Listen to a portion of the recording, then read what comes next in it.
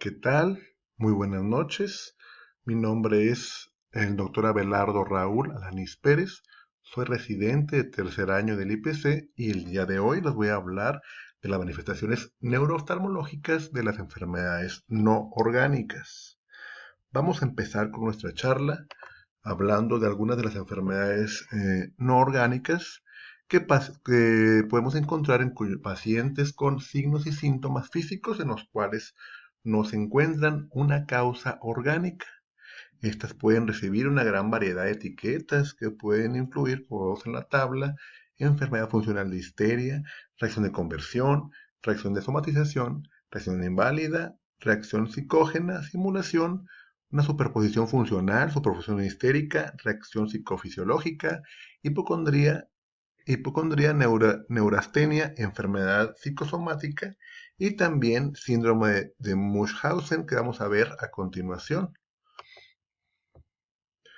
Algunas consideraciones importantes de las que podemos hablar: hay que abordar siempre la naturaleza de cada síntoma. El síntoma puede ser estoico, un paciente con pocos detalles al momento de observarlo, y restringido, histriónico o dramático. Son muchas causas que puede tener este paciente o que puede demostrar hacia nosotros. El síntoma puede tomar la forma de una disfunción física que se demuestra con un mínimo de descripción verbal.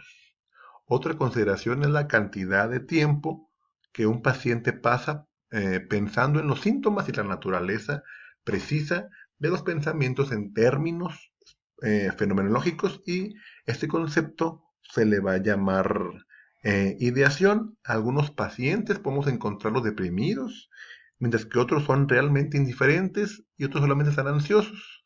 Hay muchos tipos de personalidades. Hay que tener siempre mucho interés en la actitud del paciente y aquellos involucrados con el diagnóstico y el tratamiento para tener una buena condición de estos pacientes. Alguna de la terminología que vamos a hablar el día de hoy son: la mayoría de estos pacientes van a tener perturbaciones no orgánicas. Se van a clasificar en tres grupos. El número uno, malingering o simulación, lo que es el síndrome de Munchausen y el trastorno psicógeno. El malingering, simulación o también paciente malintencionado, se basa en pacientes cuyos síntomas se producen conscientes y voluntariamente, que están simulando o mintiéndonos. Un síntoma reportado por un simulador, como la diplopia, no es psicógeno porque el paciente no está experimentando este síntoma. El malingering se define como, o está incluida la simulación de una enfermedad inexistente, la elaboración de esta enfermedad preexistente y la atribución a una discapacidad a una causa diferente. El síndrome de Munchausen: los pacientes producen o intencionalmente síntomas y signos físicos, algunos de los cuales pueden ser oculares. Hay que diferenciar siempre lo que es el malingering, que debe diferenciarse con el trastorno facticio con síntomas físicos, también llamado síndrome de Munchausen. Los síntomas pueden incluir hinchazón y enrojecimiento de la conjuntiva, que simula una celulitis orbital, cicatrización de los párpados y la conjuntiva, e incluso cicatrices coloretinianas. La motivación de estos pacientes para la simulación podría ser una compensación monetaria, o también gente o pacientes que, como un ejemplo, evitan lo que es tener o realizar el servicio militar. Muchas veces, aunque esa motivación para la simulación puede ser, como ya mencionaba, la conversión monetaria o evitar hacer algún ejemplo en el servicio militar, puede haber pacientes con un síndrome de Munchausen que se cree que albergan una necesidad psicológica interna de adoptar un papel en la persona enferma. También tenemos los que son los trastornos psicógenos. Los síntomas parecen verdaderamente independientes si tienen un trastorno somatoforme o perturbación psicógena. Algunos ejemplos como estos son trastorno dismórfico corporal, trastorno de conversión, que son la histeria o reacciones de conversión, hipocondría y trastorno de somatización. También tenemos lo que es de estos tipos de trastornos psicógenos: el trastorno de dismórfico corporal, que es la percepción del paciente de un único defecto físico, frecuentemente en la cara o en el ojo. El paciente generalmente está preocupado con este signo a pesar de que es mínimo, por ejemplo, una tosis leve o una anisocoria que no está presente en lo absoluto. Dentro del trastorno psicógenos tenemos el trastorno de conversión, que podemos aquí ver que sí existen alteraciones o una pérdida de funcionamiento físico que parecen expresar un conflicto de necesidades psicológicas en lugar de indicar una enfermedad orgánica, como por ejemplo la histeria, la neurosis de conversión y los trastornos hipocondriasis, que aquí se caracteriza por tener un miedo o una creencia en condiciones físicas serias, específicas, acompañadas de una excesiva autoobservación y el reporte de numerosos signos y síntomas físicos. Se diferencia este trastorno en el dismórfico corporal en que incluyen síntomas y signos de múltiples sistemas orgánicos en todo el cuerpo.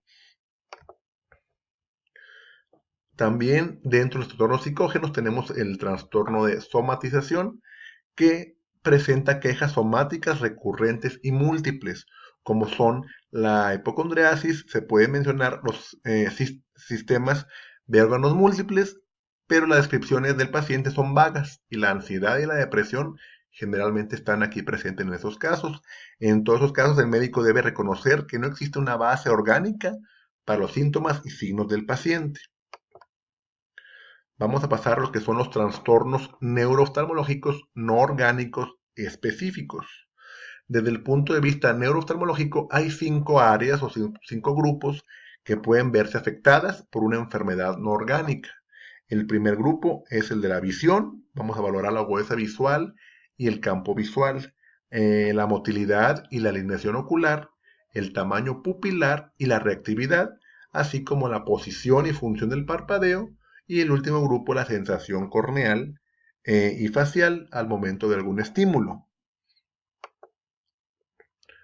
Dentro de estos trastornos no orgánicos específicos, lo que hay que ver al iniciar, el médico debe asegurarse de que no haya un trastorno orgánico. Muchas, por alto porcentaje, de un 25 o 50% de estos pacientes con pérdida visual aparente no orgánica tienen una patología orgánica concomitante que puede explicar al menos parte de estos déficits visuales. En segundo punto, el médico deberá desafiar clínicamente al paciente para que vea o haga algo que no sería posible si la persona o la afectación fuera de naturaleza orgánica.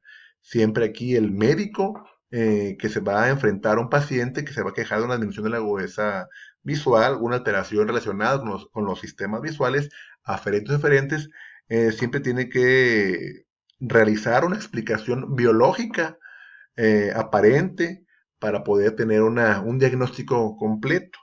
Entonces, esto basado siempre hacer preguntas intencionadas o malintencionadas para poder que el paciente diga la verdad en muchos casos. Dentro de las enfermedades no orgánicas que afectan la vía visual aferente, en estas puede ocurrir como una agudeza visual disminuida, monocular o binocular, con campos visuales anormales o ambos. La visión de color a menudo es anormal en tales pacientes, dependiendo cómo se haga esta prueba, pero la visión anormal de color es rara en vez de una queja principal. Uno de los primeros puntos o rubros importantes es la disminución de la agudeza visual. Es la alteración no orgánica más frecuente en oftalmología, más común en niños y adultos jóvenes, que rara vez se menciona en el libro, que cada vez son más raras en adultos mayores. Puede ser psicógenas o simuladas. Si son psicógenas, más común en niños y más común en mujeres. Si son simuladas, más común en hombres adultos, generalmente simulados por un accidente o algún trabajo pesado o difícil. Se presentan siempre algunas pruebas fáciles de hacer para demostrar si el paciente es realmente ciego o con un déficit visual o no. Los pacientes con pérdida de agudeza visual no orgánica se quejan de pérdida de visión en uno o ambos ojos que no se acompañan de un error en la refracción, de la retina, daño retiniano o daño del nervio óptico. El médico debe sospechar, ser inteligentes para siempre hacer un buen interrogatorio, y los pacientes ciegos en ambos ojos tienden a mirar directamente a la persona con la que están hablando, mientras que los pacientes con ceguera no orgánica, llamados también simuladores, a menudo miran en otra dirección. Y algunas pruebas de las que vamos a tener acceso para esto son la primera prueba, el tambor optosignético. Si un paciente afirma que es no percepción de luz o percepción de luz o movimiento de manos por uno o ambos ojos, pueden usar un tambor optoquinético rotatorio o una cinta que muestre horizontalmente para producir un nistagmo horizontal que indica que una visión está intacta de al menos un 20/400. Otra de las pruebas que generalmente no se usan mucho es la prueba de espejo. Menciona que el ojo afectado vamos a ocluirlo, y si el paciente afirma ceguera en un solo ojo, de lo contrario, ambos ojos quedarán abiertos. Se le indica al paciente que mire directamente al espejo, y el espejo va a girar, y va a girar en varias posiciones de un lado a otro. El desarrollo de un nistagmo o un movimiento nistagmoideo de los ojos indica que el paciente puede ver imágenes en movimiento en el espejo, y por lo tanto el paciente no es ciego. Otra de las pruebas es el test de pérdida visual no orgánica. Se pide, como vemos aquí en las imágenes, que el paciente que dice que tiene ceguera monocular o binocular, que toque las puntas de los primeros dedos de cada mano. Una persona que es verdaderamente ciega nunca ellos pueden tocar las puntas de los dedos con facilidad utilizando el sentido de la propiocepción. El paciente con pérdida de visión no orgánica en ambos ojos generalmente no puede tocar la punta de los dedos, aunque debe poder hacerlo. Una persona con pérdida visual inorgánica monocular puede tocar las puntas de los dedos cuando se ve con el ojo sano. Puede afirmar que no puede hacerlo al ver con el ojo ciego. Otro ejemplo también de estudios o test para determinar estas pérdidas de visión son las gafas rojo-verde, como lo podemos ver aquí en la imagen. El uso de gafas rojo-verde o duochrome superpuesto a una tabla de visión normal para detectar la simulación de la visión uniocular no orgánica. Vamos a tener en la apariencia de un cuadro o en una diapositiva duochrome rojo-verde superpuesta cuando se ve sin lentes rojo-verde. El lado izquierdo de la tabla se ve como rojo y el lado derecho se ve verde. En la imagen B del lado derecho, la vista a través de la lente verde solo ve las letras en el lado derecho, el color verde de la tabla, y en la imagen de abajo, la vista a través del lente rojo ve ambos conjunto de colores, que también puede ser importante para detectar entonces alguna alteración. También están incluidos el uso de lentes polarizados y una tabla de Snellen con un filtro polarizado.